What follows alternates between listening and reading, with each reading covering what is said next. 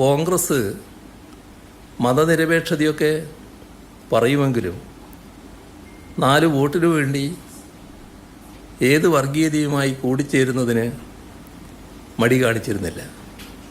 തൽക്കാലം വോട്ട് പോരട്ടെ എന്ന നിലപാടാണ് അവർ സ്വീകരിച്ചിരുന്നത്. അതിൻ്റെ ഭാഗമായാണ് ദശാബ്ദങ്ങൾക്ക് മുൻപ് ഇവിടെ കോലീബി സഖ്യമുണ്ടായത്. അത് അന്നത്തെ നിലയിൽ ആർക്കും പ്രതീക്ഷിക്കാൻ കഴിയുന്നൊരു കാര്യമല്ല. പക്ഷേ വടകര ലോക്സഭാ മണ്ഡലത്തിലും ബേപ്പൂർ അസംബ്ലി നിയോജക മണ്ഡലത്തിലും കോലീബി സഖ്യമുണ്ടാക്കി. അതിലൂടെ BJPക്ക് അഭിമതരായ ആളുകളെ നിയമസഭയിലേക്കും പാർലമെൻറ്റിലേക്കും എത്തിക്കാനായിരുന്നു ഉദ്ദേശിച്ചത്. പക്ഷേ കേരളീയ സമൂഹം വലിയ ജാഗ്രത വർഗീയതയ്ക്കെതിരെ പുലർത്തുന്നൊരു കാലമായതുകൊണ്ട് തന്നെ ആ നീക്കം ഫലവത്തായില്ല. സാധാരണ കണക്ക് ശാസ്ത്രമനുസരിച്ച് 2 × 2 = 4 എന്ന കണക്ക് ശാസ്ത്രമനുസരിച്ചാണെങ്കിൽ ഇവർക്കെല്ലാമുള്ള പിൻബലം, ആ വോട്ടിൻ്റെ പിൻബലം കണക്ക് കൂട്ടിയാൽ വലിയ ഭൂരിപക്ഷത്തിൽ ഈ പറയുന്ന കോലീബി സ്ഥാനാർത്ഥി ജയിച്ചു വരുമെന്നാണ് അവർ കണക്കാക്കിയിരുന്നത്. പക്ഷേ ആ കണക്ക് ശാസ്ത്രമല്ല, ജീവനുള്ള മനുഷ്യനാണല്ലോ ഇതിന് പ്രതികരിക്കേണ്ടത്. അവരുടെ പ്രതികരണം അവരുടെ ബോധത്തിൽ നിന്നാണ് ഉണ്ടായത്. അത് മതനിരപേക്ഷതാ ബോധമായിരുന്നു, വർഗീയതയ്ക്കെതിരെയുള്ളതായിരുന്നു. അങ്ങനെയാണ് ആ 2 സ്ഥലത്തും ഈ പറയുന്ന സ്ഥാനാർത്ഥികൾ പരാജയപ്പെട്ടത്. അവിടെ അവരെ പരാജയപ്പെടുത്താൻ കഴിയും. പക്ഷേ നീക്കങ്ങളിവിടെ അവസാനിച്ചില്ല കേട്ടോ. പിന്നീടൊരു ഘട്ടത്തിൽ കേരളത്തിൽ UDF അധികാരത്തിലിരിക്കുമ്പോൾ RSSൻ്റെ ഒരു പ്രധാനി പരസ്യമായ ഒരു വിമർശനം ഉന്നയിക്കുകയുണ്ടായി. നിങ്ങൾ അധികാരത്തിലിരിക്കുന്നത് 40 സീറ്റുകളിൽ ഞങ്ങൾ കൂടി പിന്താങ്ങിയത് കൊണ്ടാണ് എന്ന കാര്യം ഓർമ്മ വേണം എന്നായിരുന്നു പറഞ്ഞത്. അപ്പോൾ വിവിധ ഘട്ടങ്ങളിൽ നീക്കുപോക്കുകളും പരസ്പര ധാരണയും ഇവർ തമ്മിൽ ഉണ്ടാക്കിയിരുന്നു എന്നതാണ് പിന്നീടുള്ള അനുഭവം. അത് മാറി മാറി എവിടം വരെ എത്തിയെന്നുള്ളത് നമുക്കെല്ലാവർക്കും അറിയാമല്ലോ. ഇവിടെ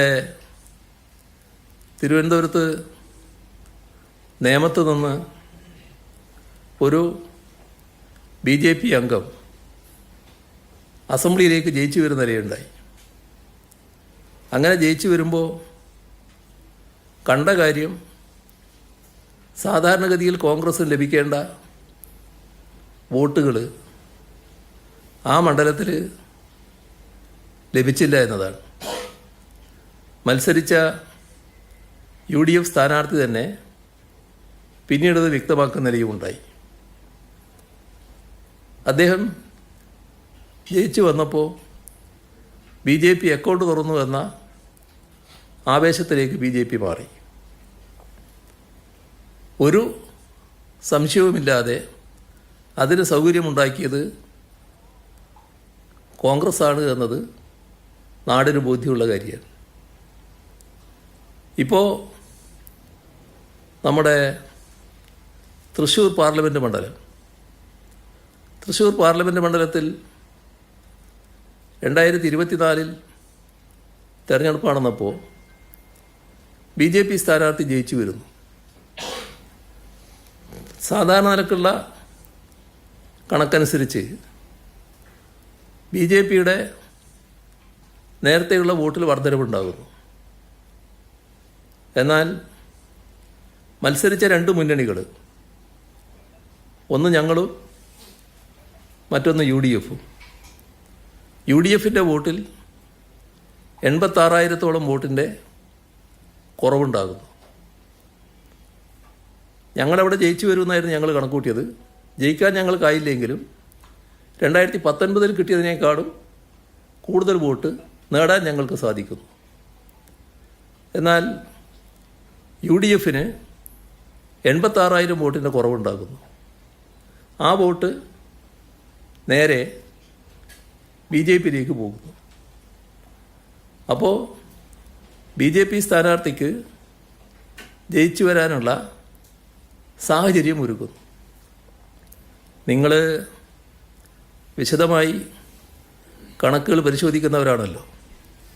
ഇപ്പോൾ വർത്തമാനകാലമായതുകൊണ്ട് ഇപ്പോൾ നടന്ന തദ്ദേശ ഭരണ സ്ഥാപന തെരഞ്ഞെടുപ്പിൽ ഇവിടെ തിരുവനന്തപുരം കോർപ്പറേഷനാണല്ലോ BJP നേടിയിട്ടുള്ളത്. ആ നേട്ടത്തിന് പിന്നിൽ പ്രവർത്തിച്ച കറുത്ത കൈ ഏതാണ് എന്ന് ചെറിയൊരു അന്വേഷണം നിങ്ങൾ നടത്തിയാൽ മനസ്സിലാവുമല്ലോ. അവിടെ ചില ഡിവിഷനുകളിൽ കോൺഗ്രസിൻ്റെയും UDFൻ്റെയും വോട്ടിൽ സാരമായ കുറവ് വന്നിട്ടുണ്ടല്ലോ. ആ വോട്ട് BJP സ്ഥാനാർത്ഥിക്ക് പോയതായി കാണുന്നുണ്ടല്ലോ. അങ്ങനെയുള്ള നീക്കങ്ങൾ എങ്ങനെ വന്നു? അപ്പോൾ തിരുവനന്തപുരം കോർപ്പറേഷൻ്റെ ജയത്തിലും ഒരു പങ്ക് ഇത്തരത്തിലുള്ള നീക്കങ്ങൾ വഹിച്ചിട്ടുണ്ടല്ലോ. രണ്ട് ഭാഗത്തും നീക്കങ്ങൾ ഉണ്ടായതായി കാണാൻ സാധിക്കും. രണ്ടു കൂട്ടരും പരസ്പര ധാരണയിൽ LDF ജയിച്ചു വരാൻ സാധ്യതയുള്ള സ്ഥലത്ത് രണ്ടു കൂട്ടരും പ്രാദേശികമായി ഉണ്ടാക്കിയ പരസ്പര ധാരണയിൽ വോട്ടുകൾ മാറി ചെയ്തുവെന്ന് അതിൻ്റെ കണക്കുകൾ വ്യക്തമാക്കുകയല്ലേ.